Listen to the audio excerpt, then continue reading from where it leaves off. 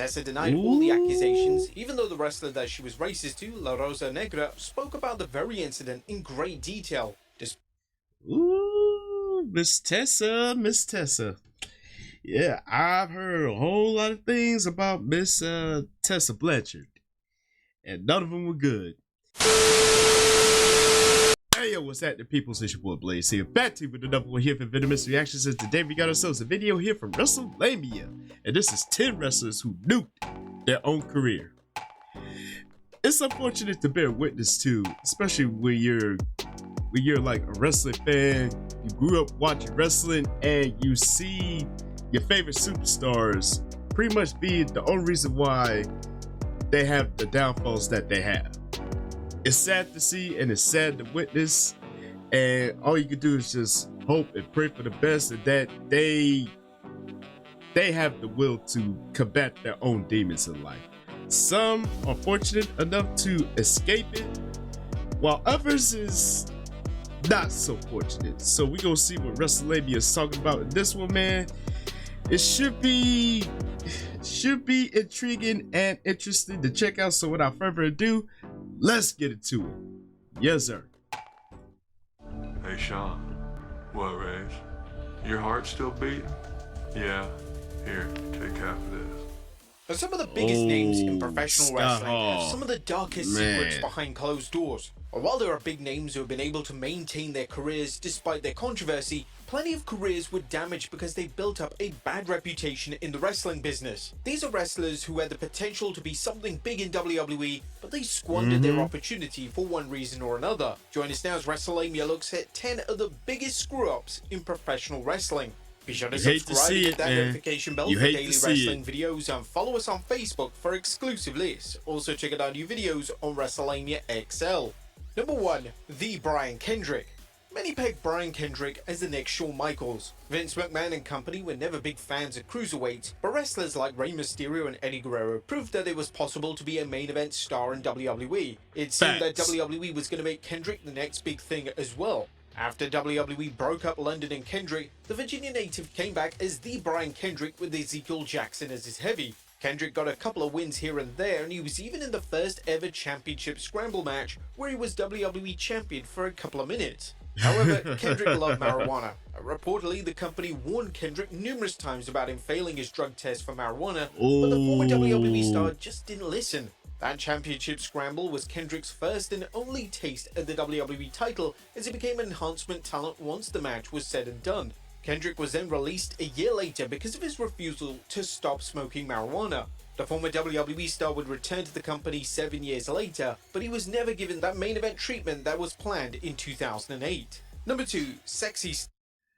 Yeah, man. When you're partaking in that good old Mary Jane, yeah, WWE does not play about that. And unfortunately, Brian Kendrick, he had the potential. He had the potential to be the next step, or as people will dub him as, the next Shawn Michaels. I don't know about that, but he definitely had the potential. He definitely had the potential, but he could put down the Mary J, and after being warned so many times, what can you do? What can you do? I mean, they had to let him go. They had to. And even when he was brought back, it wasn't the same. It wasn't the same. Star. A Sexy Star is a Mexican professional wrestler and former AAA star. However, she's I a very read about controversial this. figure in the wrestling industry. There are several reasons why WWE would likely never hire her. One of the main reasons is due to the Rosemary incident, as at the TripleMania 25 event in 2017, Sexy Star legitimately injured Impact Wrestling star Rosemary during a match by applying an armbar too forcefully and holding it even after the match was over. This was widely seen as a deliberate and unsafe act, a major breach in trust in professional wrestling where performers have to rely on one another to protect each other. The act was condemned by numerous wrestling promotions and figures, including WWE veterans like Mick Foley and Road Dogg. Not only that, but promotions such as Impact Wrestling, Lucha Underground and AAA all distanced themselves from her after the incident. But even after she issued a statement emphasizing that this kind of behavior was unacceptable, she was viewed as untrustworthy and dangerous to work with. Number 3. Ace. Ouch. Yeah, that could tarnish your reputation. And that did not help at all. Even when she made the statement, it didn't help her. It didn't help her case at all. Once that gets out, people are gonna permanently attach you to that situation, and it's gonna make people look at you sideways, like, "Oh, didn't you do this in such and such promotion? Like, you are the most unsafe worker in history of pro wrestling. Why would we take a chance on you? Give us one solid reason why we should." Okay, think of one? Well, I wish you the best of luck. That's normally how it goes, unfortunately. ACH, aka Jordan Miles, is a very interesting case study. The former WWE star was moving up the NXT card as the company booked him to win the Breakout Tournament in 2019. He didn't win the NXT Championship when he fought Adam Cole, but officials saw something in Miles and seemingly planned on giving him a solid push going forward. But all that was killed once Miles spoke out about the controversial shirt that the company released. It was Jordan's name surrounded by the shape of his mouth, with many people saying that it resembled blackface. Miles was vocal about this, and WWE pushed back by shifting the blame, noting that Jordan approved of the design. Nevertheless, WWE eventually pulled the shirt from the WWE shop, but that seemingly wasn't enough for him. He aggressively accused the company of racism and even exploded on Ring of Honor and Jay Lethal. He notably called Lethal Uncle Tom, which drew plenty of criticism after many sided with him on the controversial shirt. But that didn't stop there. Jordan doubled down on his views on the WWE with a profanity-laced tirade when he claimed to quit the company due to refusing to work for racists. WWE eventually confirmed that they released Miles from his contract, and it's probably a safe bet to assume that you'll never see Miles in a WWE ring ever again. No, it ain't happening, Number 4, Jack. Big Cass. Enzo Amore wasn't the only man known for his backstage This is attitude. well documented. When you look at the former Big Cass, you can understand why Vince McMahon likely considered him as a future main eventer. Big Cass was tall. That was a pretty big deal for Vince McMahon. Enzo and Cass were a popular duo since joining forces in NXT, but that... Yeah, of course. With Big Cass, I mean, he was basically a Vince McMahon favorite. I mean, he was tall, and he could basically get it in as far as having good ring matches is concerned to a certain extent, but his promo skills back then really wasn't up to par. But as long as you was big and tall, yo, you was a major favorite with Vince McMahon because he loved big, tall, muscular guys. I mean, if you was tall, you was in. If you was muscular, you was in. No matter what. But yeah, those promo skills leaves much to be desired. If you know, you know. That's mostly due to the gift of the gab that God gave Mr. Amore, but Vince was determined to make Cass a solo act and broke up the duo in 2017. He squashed Enzo during their feud and got a huge win over the Big Show at SummerSlam 2017. Then he tore his ACL, which put him out of action for over 8 months. And we came back and feuded with Daniel Bryan, and surprisingly he lost both of his matches decisively to the former WWE champion. And then Big Cass was released shortly after his Money in the Bank match against Bryan. It was a genuine shock as WWE seemed to be high on Big Cass, but Sports Illustrated first reported that Cass was released due to behavioral issues. It was cited that he was heavily drunk during the company's annual European tour, which resulted in some attitude problems. It was also noted that Cass was disobeying orders from Mr. McMahon himself. One example of this is during a segment with a little person on SmackDown. Now this was supposed to be a typical wrestler mocks his or her opponent by bringing out an impersonator, and it often ends in a beatdown, but Big Cass went further than that. Cass himself said that it was the worst decision he's ever made. He mocked the little person and he hit him with the big boot. That was all planned. However, what was not planned was him continuing the beatdown. Big Cass has since repaired his image in wrestling thanks to his run in TNA and AEW, but there's a strong chance that the former WWE star would have become a world champion if he didn't make that one mistake. Number 5. All facts. Like he did fix himself up a lot since going to AEW. That I can say about the former Big Cass. Like he completely did a 180 and he's on the right track and he's doing great things and you love to see it. You love to see people turn their life around after making such grave mistakes during their initial run in the business. You love to see it. And how Velveteen Dream. Nothing else needs to be said. Velveteen Dream. Patrick Clark surprised everyone when he made his NXT debut as the Velveteen Dream. The Prince-inspired persona clicked in developmental instantly, with Clark having memorable feuds against Aleister Black, Johnny Gargano, and Ricochet. The Velveteen Dream represented everything a WWE superstar should be, a larger-than-life character who was a solid in-ring worker and solid on the mic. He was only 25 at the time as well. Clark had a bright future as a WWE star until several allegations started surfacing. In April of 2020, Clark was accused of sending indecent images to underage boys on Instagram. The former NXT star outright denied these claims, and Triple H stated that he investigated the claims and didn't find anything. However, the details behind the investigation are murky, as one of the accusers stated that WWE never contacted him for the review. Nevertheless, Clark wasn't fired because of these claims, but it was certainly awkward having him back on NXT television. That awkwardness ended on May 20th, 2021, as WWE released him from his contract. Clark has since blamed fans for getting him fired. In fact, the 29-year-old went on to an angry tirade earlier this year, blaming fans for ruining his professional wrestling career. But to Clark's credit, the allegations were just that, allegations. He was never charged for any crimes. However, reports state that the Velveteen Dream wasn't fired because of these allegations. It all stemmed from his backstage behavior, as several sources claim that Dream's NXT persona mirrored in reality. Yeah, he was constantly crashing out. Observer newsletter, Clark rubbed a lot of people the wrong way backstage. The report claimed that the accusations had nothing to do with Clark's release, and one incident with a top NXT star was the final nail in the coffin. Could we ever see Velveteen Dream back in WWE? Right now, after his angry tirade calling out WWE, it's very possible we'll never see him back in the WWE ring again. Number 6, Tessa Blanchard. Tessa Blanchard is one of the best women's wrestlers in the world, but unfortunately for Blanchard, anyone who only watches WWE may never know her name. Blanchard is the daughter of WWE Hall of Famer Tully Blanchard. She spent some time on the independent scene until 2016, when she made a debut against Alexa Bliss on NXT. Blanchard was used as enhancement talent during a brief time, but many assumed that she would be given a chance to shine in the first ever Mae Young Classic. She wasn't, as Blanchard was actually eliminated in the first round, but a Mae Young Classic match against Kairi Sane was the last time she stepped into a WWE ring.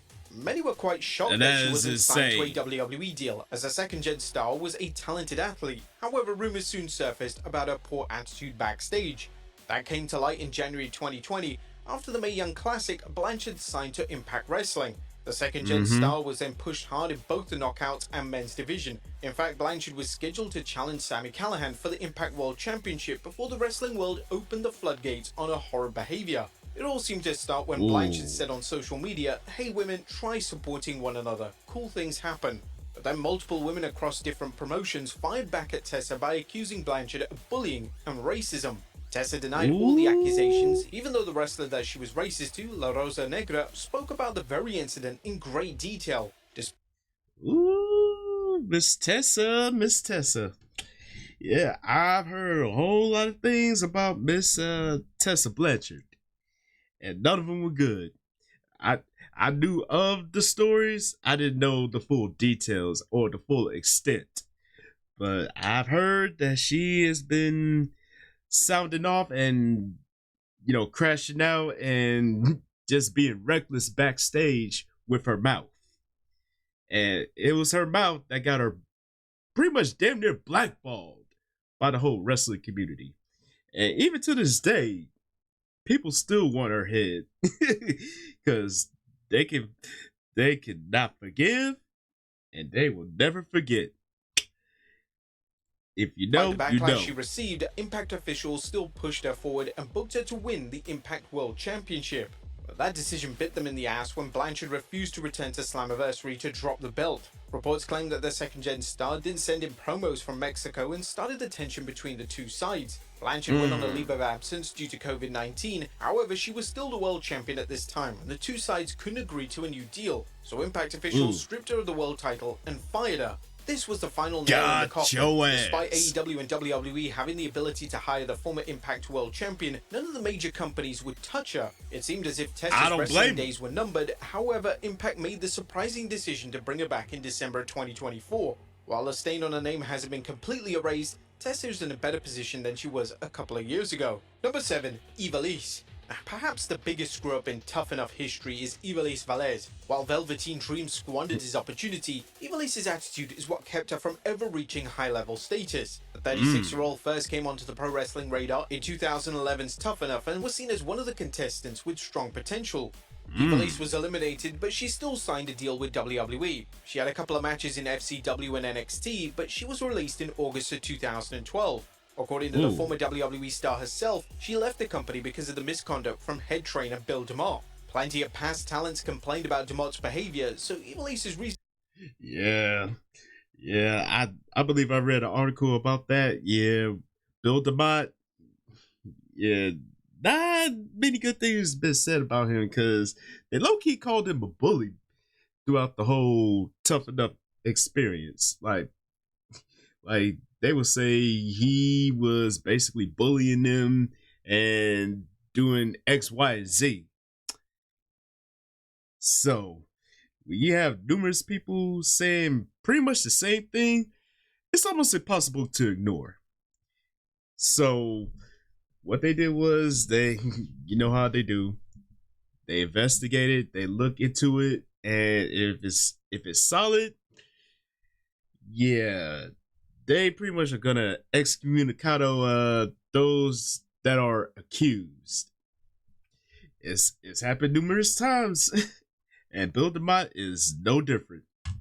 Reasoning sounded justified, but then Ivelisse headed over to TNA, and surprisingly, the former WWE star failed to win the Gut Check Challenge. It still isn't clear why TNA opted against signing her, but the promotion was notably not interested in her when they started using Lucha Underground talent, which says a lot given Ivelisse's talent. Her time in Lucha Underground did wonders for her career. She was an excellent performer, and she showcased that she had the ability to be a top star if given a chance. Unfortunately, rumors started circulating about her bad attitude, but that didn't become noticeable until her stint in AEW. She was finally being given a chance in a top promotion, but her downfall started with the sandbagging incident with her and Thunder Rosa. These two had a match on Dynamite for the NWA World Women's Championship, and it was noticeable that Ivelisse was no-selling some of Rosa's moves, and both women went into shoot mode when it came to strikes. Ivelisse even admitted to no-selling Rosa's moves herself, but she claimed that Rosa was being disrespectful and responded accordingly. She didn't last long in AEW, and she was fired in 2021.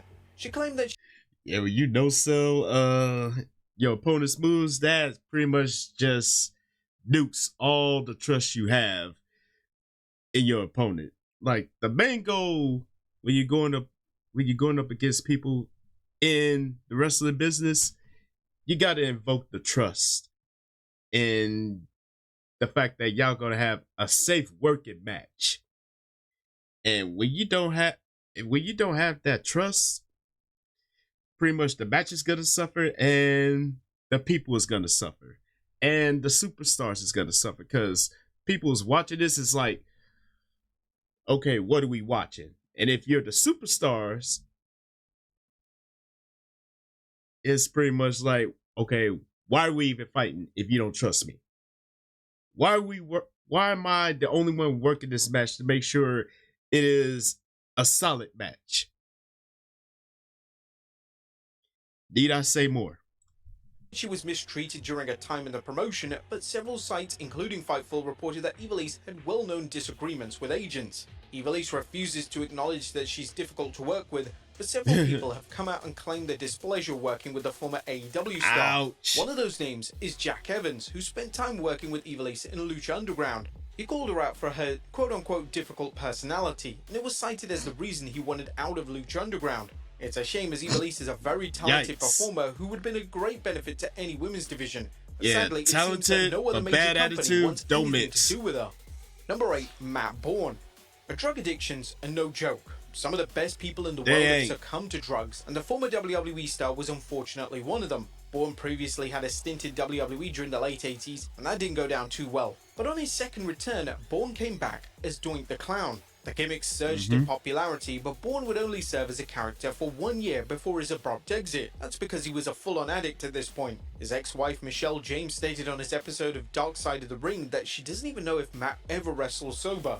His main drugs were cocaine and weed, with the former being the main cause for his firing, as Bam Bam Bigelow informed officials about Matt smoking marijuana.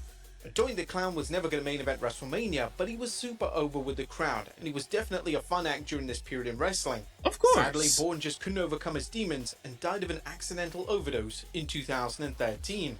Number 9, Teddy Hart.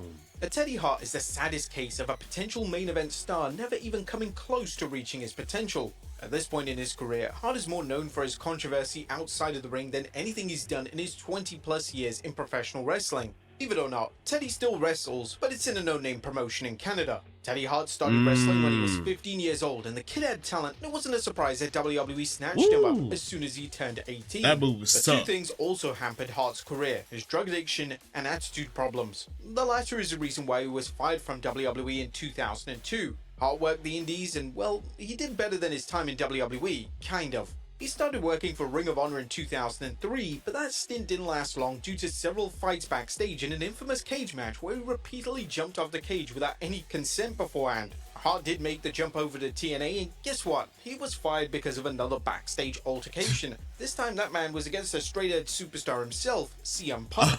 A young WWE did CM give Hart Punk. one more opportunity in 2005, and the Canadian managed to work down in FCW for 3 years. Hart's attitude got the best of him again and again, and the company fired him in 2007. The most notable thing Hart has done in his career was down in Major League Wrestling, where he formed a new version of the Hart Foundation with Davey Boy Smith Jr. and Brian Pillman Jr.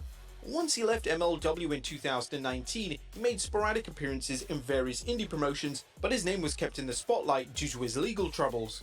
In the past 5 years, Teddy has been arrested for assault, evading arrest, DUI, possession of a controlled substance, and sexual assault. There's even a very strange case where Hart's ex-girlfriend mysteriously vanished from his training camp, though Hart has yet to be arrested for anything involving Samantha Fiddler. Now, Hart is an extremely talented performer who simply got his own way. His career could have resulted in a WrestleMania main event, but sadly... Ooh. That's not a good look. That's really not a good look. Especially if you're majorly talented to a point where you can put on like stellar matches, but your own addictions made you keep getting in your own way. It's sad to see, but it ain't I would say it's not really unheard of, because we have heard similar stories to some of our favorite superstars, you know, with the same scenario. And like I said, some people make it out and manage to turn their life around like completely, and then there are some that are not as fortunate. Like, even they keep on suffering the same repercussions or worse. If you know, it really don't need to be explained. He'll always go down as one of the biggest missed opportunities in wrestling history. And number 10, Alberto Del Rio. Of course, really can't he's have well this list without the documented. former WWE champion on it. For years, Vince McMahon was desperately trying to find a replacement for Rey Mysterio. They tried hard with Sin Cara, but that experiment failed spectacularly. However, it finally seemed that WWE had their new Rey Mysterio in Alberto Del Rio. The former WWE star had it all: looks, charisma, and he could go between the ropes. But Del Rio was never a big hit with fans, as WWE was shoving this guy down their throats. For the most part, Del Rio has had a better career than most of the people on this list, but when it comes to the former WWE star, Del Rio's name is mostly associated with controversies. The first being when Del Rio and Paige started dating. To put in simple terms, Del Rio and Paige had a very toxic relationship. Paige had claimed that Del Rio was abusive behind the scenes, and the former WWE champion has made the same claims as well. Paige was arrested for domestic violence, though she was ultimately cleared of the charge. This relationship really turned the fans against Del Rio, but this stuff was actually tame compared to what would come later. Del Rio's career didn't go further because of all of his personal baggage. Vince McMahon liked Del Rio, and he gave the man multiple world title reigns and had many more accolades, including winning the Royal Rumble and Money in the Bank. But his numerous backstage fights and no showing some of WWE events really tanked a promising career. Del Rio had a brief resurgence when he fought in Lucha Underground and TNA Wrestling, but old habits simply don't die easily. The former WWE star was fired from TNA Impact due to no showing the Lucha Underground vs Impact Wrestling event in 2018. Since then, he's been a mainstay in AAA and has done quite well for himself in Mexico, but AAA is the only major promotion that will use the former WWE champion, and he's been blacklisted by all other major companies. The worst of Alberto Del Rio's charges was aggravated kidnapping and sexual assault in 2020, but those charges were eventually dropped. However, they still haunt the former WWE star's career until this very day. But there you have it, folks. 10 of wrestling's biggest screw-ups. Surely because Yeah, with WWE purchasing AAA, yeah, it is unlikely that Alberto Del Rio is gonna be seen on WWE television.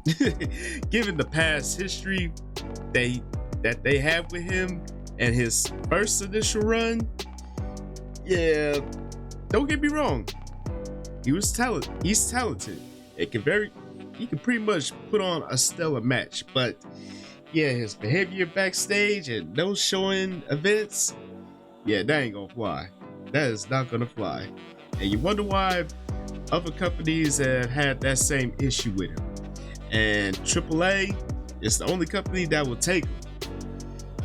But I wonder how that will pan out now that WWE has purchased AAA. Not gonna be a good look. And it is unlikely, like I said, it is unlikely we're gonna see him on WWE television. Very unlikely. But I want to know, out of all the wrestlers that was named in this compilation for WrestleMania, which one was the worst to y'all? Let me know down in the comment section down below. And as always, thank y'all for tuning in. Hopefully y'all enjoyed this one. And don't forget to tell your peoples across the globe to kick it with your boys. Just one good solid time. And you already know what to do next, my peoples. Follow your boy on social media right over yonder. And this is your boy Blazes saying Chuck the Deuce, and I will see y'all in the next video. And I'm out.